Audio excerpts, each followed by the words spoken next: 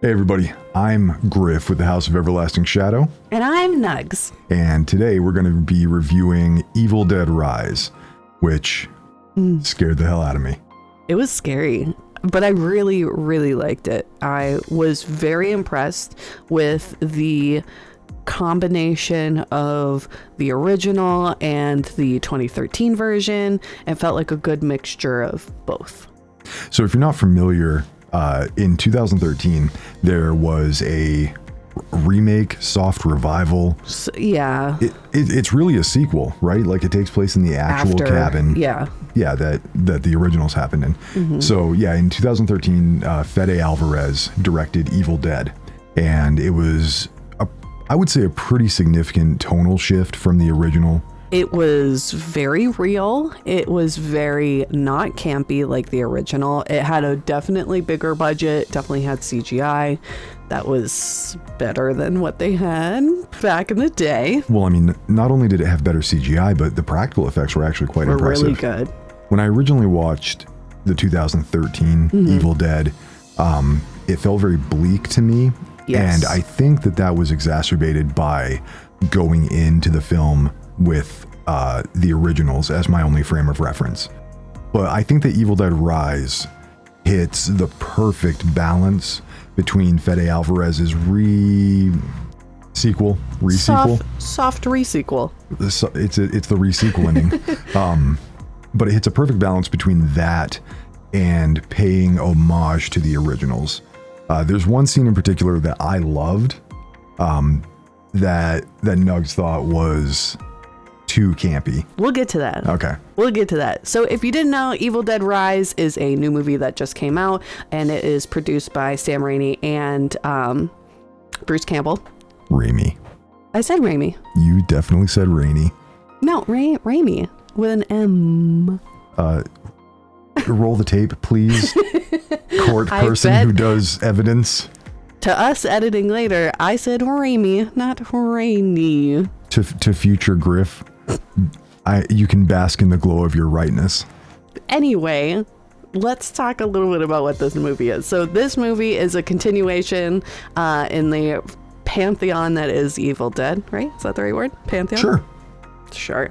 And we find ourselves with a mom and her 3 kids in a dilapidated high-rise that is being shut down in a little bit, and chaos ensues. Yeah, and I guess I want to start with just a massive amount of praise for Alyssa Sutherland. The way that I put it is, with this movie, with the mother / Ellie, Alyssa Sutherland's character, she kicks in the door on the pantheon of horror movie bad guys. Like, her performance as the mother is absolutely chilling, captivating. Just can't praise her enough. I was blown away at her evil charisma. Like, yeah, that's a good way of putting it. She delivered a performance as the primary Deadite that was chilling. It was chilling, but it felt infernal. Like, it felt like it was from hell. Yeah, she did do a really good job of making that Deadite character realistic. Sure. Of this is how it would actually happen. This is how it would actually be, that it is just pure chaos and evil. Yeah. I mean, and I think that I can never remember the director's name. It's okay. The director. Yeah, I'll put it up on the screen. But they did an incredible job of making it feel like real people that something hellish was happening to. Yep. And I think that it's worth noting, speaking of biases, undead who are made through like magical or like sorcerous means terrify me. Like, well, it's terrifying. Like, to an almost phobic degree. By the way, if you've never seen Caveat, that movie is so good. Very scary if you're scared of, like, now streaming on Shudder. Magical undead. Magical undead. But caveat. Yeah. So like, not only is the basic premise of the Deadites in this one really, really scary, but across the board, the performances are super solid. Alyssa Sutherland is amazing. The entire cast is Australian, by the way. It's so cool. Yeah. Wait, even the extras in the apartment building? I have no idea, but the primary cast is Australian. But I thought that the sister did a great job. We're kind of babbling. We don't really have a structure for these. We're just kind of talking. So yeah, well, it's our thoughts on it. It's our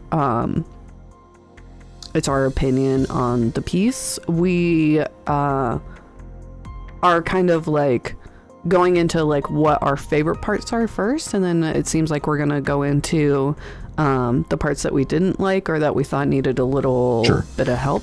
So, Nuggs, what are your favorite parts about Evil Dead Rise? My favorite parts were the practical effects and the special effects makeup, because I'm huge into special effects, and practical effects are my go-to for everything. And I think that my other favorite part of this movie would probably be the attention and appreciation to the source material while bringing it into modern day, because Evil Dead, the premise is like you're in a cabin in the woods and you're secluded, where this takes place in a city, even though yes, this building is being shut down, condemned, that's the word I'm looking for. So that brings me to one of my favorite things about the movie is the writing was very strong, very strong. It's not easy to isolate a cast of characters. I'm a writer, for anybody who doesn't know. I write novels, short stories, stuff like that, in the horror genre. And it is not easy to create a believable catastrophe that isolates people in a physical space.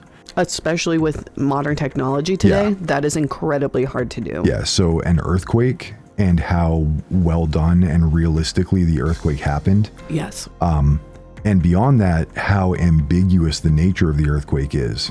Yeah, because we don't know if it was natural occurring, or fancy. Because it seems like the Deadites, even though, in my opinion, the Deadites' abilities are pretty inconsistent in the way that it's transmitted is pretty inconsistent throughout the series, but self-contained, the setup of Evil Dead Rise is very, very well done, and throughout the entire film, the pacing is perfect. I think that there's nothing really that could have been cut from this film. I don't think so either. I think I'm trying to recall the beginning, middle, and end portions of it, and I'm trying to think of where there even would be a cut, and I don't think so. I think if anything, there might have just been added. Yeah, I would definitely like a director's cut. Yeah. Though it's very rare that I say this. I usually favor director's cuts. I think that the theatrical cut of this is damn near perfect. I personally want to see a director's cut because I love seeing the entire original vision of a film. Me too. Well, and I feel like you get a lot more context too with a director's cut. There's no studio interference, I feel. You get the more authentic director's interpretation of this, which I believe, I don't know if it's Sam Raimi or not, but they are talking about making a more cohesive Deadite lore. Yeah, because they're realizing, one, that there is a huge fan base behind Evil Dead that's a cult classic, and that their 2013 and this 2023 movie are doing really well and has been received very well, because there are those inconsistencies. Just watching the 2013 one to this one, the books look different, everything like that is just a little bit different because they were almost a decade apart, right? Well, if I'm not mistaken, I wish we had taken notes while we were watching the film. The books are actually called two different things. Because I want to say in the original, it was Necronomicon Ex Mortis or something like that. Something like that, yeah. And in this one, it was the Demonto something. So I think they were actually different texts. Which is great. So with them and them being the directors and whatever, who else is involved with it, I think it is really cool that they are paying attention to the continuity of all of them, tying them all in, and getting down a more cohesive Deadite formula, if you will. Okay. Was that kind of a roundabout way to say that they're making like a cinematic universe? Yeah. Yep. That's what I meant. You're precious. One of the things that I really like about Evil Dead Rise is how pure a cinematic experience it is. Everybody in the audience was captivated start to finish. The twists and turns, even though you know that horrible things are going to happen. It's an Evil Dead movie. It's a horror movie. But the pacing was, it subverted the things you thought were going to happen. It subverted the expectations that you had for how the story would progress. And I bet you what, you don't see the ending coming. I bet you don't know what's going to happen at the end unless you've had it spoiled for you, because yeah. I do like that it only takes place in a day. Oh yeah. I'm really glad that they didn't try and like draw out the movie for like, this is a 3-day event, because that would be unbelievable for me. In the setting that they're in, like an earthquake, only their building is out of power and out of blah blah blah on the block. Well, I think with a bigger cast, we could have seen a longer, more harrowing event. Yes. Out of it,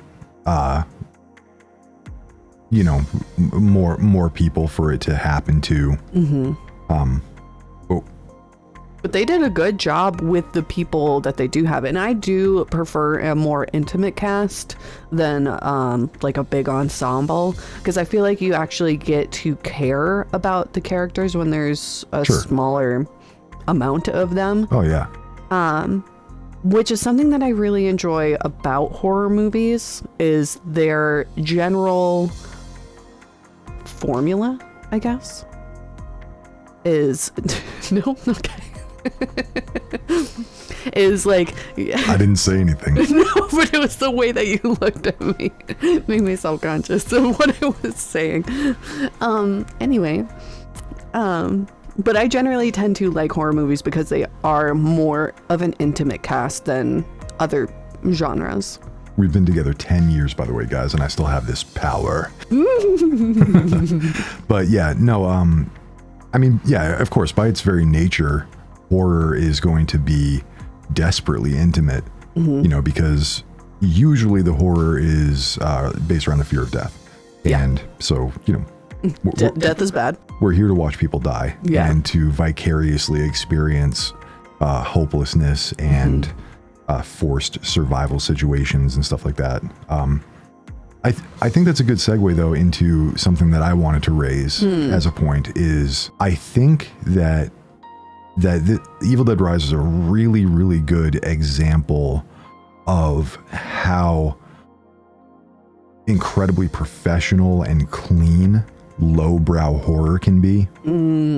Like, that's a really good way of putting that. Because I mean, if you subscribe to the notions of like lower horror versus elevated horror, like your Friday the 13th versus your Hereditary, that sort of thing. And I'm not saying I necessarily do. I personally believe that there are just writer and director visions for a film, and execution is, the proof's in the pudding. Either either it's a well done film or it's not. Or it's not, yeah. You know, but this is a well done film. This is a very well done film. Across the board, the effects department knocked it out of the park. The actors knocked it out of the park. The direction's very tight. The cinematography is great. I was just going to touch on that. There are multiple shots that I thought were utterly gorgeous. And they used different methods for filming as well, because you've got the like GoPro like camera attached to the actor like as they're running, which is really cool. Then they have the like beautiful like wide, or in this case semi-wide shots, because we're in one location basically. Yeah. But I thought the use of cinematography also helped to tell the story, and with this story I felt there was a lot of show don't tell, which really added to the impact of it. Yeah, it was a little exposition heavy, especially in, I want to say, Danny's character. Yeah. But at least it was in service of the narrative. At least it was one character bringing another character up to speed, even if they were kind of like over illustrating the point for the audience. Yeah. I'm big on films respecting audience intelligence, but this doesn't really disrespect it. It's just I don't think that it needed quite the exposition that we so got. much verbal. This is what happened. That's the loudest truck in existence. That is the loudest truck. Doesn't help that it's raining out, so everything is like amplified by the rain. Yeah. Somehow. Science.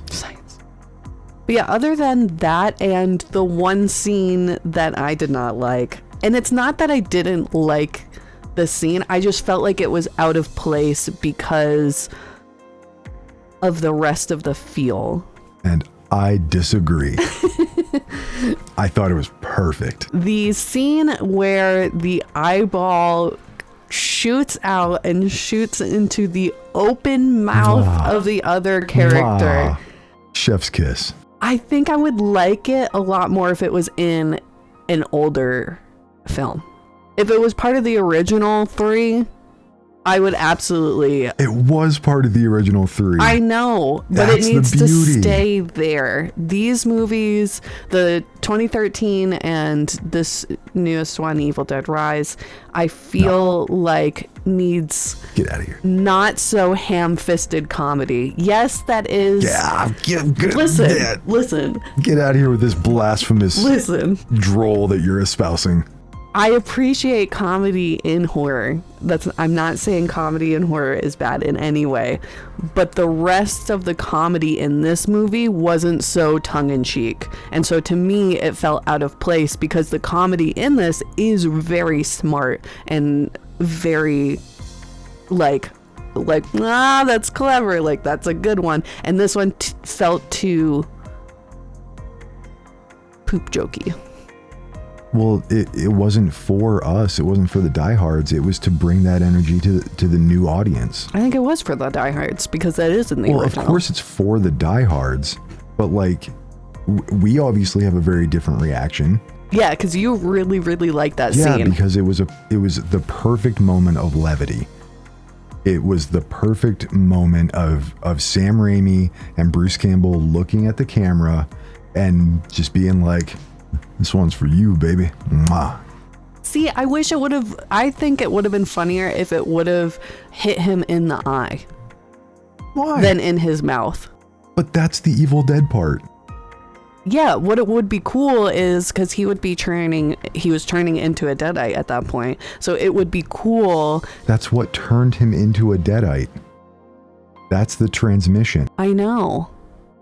That's what I'm saying is I think it would be smarter if it hit his eye and the force pushed it in, so then he had that dude's eye as his eye. I think that would be. You would have accepted that over it flying into his eye.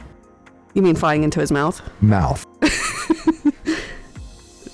The edible's kicking in. Yes, I would have preferred it flying and having force and knocking his other eye back and him having the other apartment person's eyeball in theirs. Okay, you know what? You know what? Cool, man. I'm just happy with what actually happened, and more power to you and your absolute madness. But this does have really good homages to other horror movies as well. It does a good job of being like, nah? With other horror movies. But I do want to make a point to say that this is a scary movie. This is a very scary movie. We're having a lot of fun, and we're talking about the more fun aspects of the film. This movie is not for your 13-year-old. I'm not going to tell you how to live your life, but this is a hard R. Hard R. But beyond that, like, I was spooked. It gave me the spookadooks for sure. The mother, as you can see, the faces behind me, they are terrifying. Yeah, and one of the things I love about this, with how good the delivery is by the actors, Alyssa Sutherland is the biggest name attached to this film. This is actually the debut of one of the kids. I think so. I don't remember who, but Alyssa Sutherland, if you watched Vikings, you might recognize her. She played Auslag. That's her name. I was trying to think of it the other day. Yeah. Also, slight villain attraction disorder for me. I think that's something we're going to talk about on this channel a lot, is villain attraction disorder. Yes, because I have it. It's so bad. I have it much less than you, but the mother kind of did it for me at points. Because she just the epitome of psychotic. Like, yeah, you do like a psychotic woman. Every now and again. What does that say about me? Every now and again. I guess, what are your final thoughts? My final thoughts are, this is definitely an A movie for me if we're going off of grading. I wasn't going to, but sure.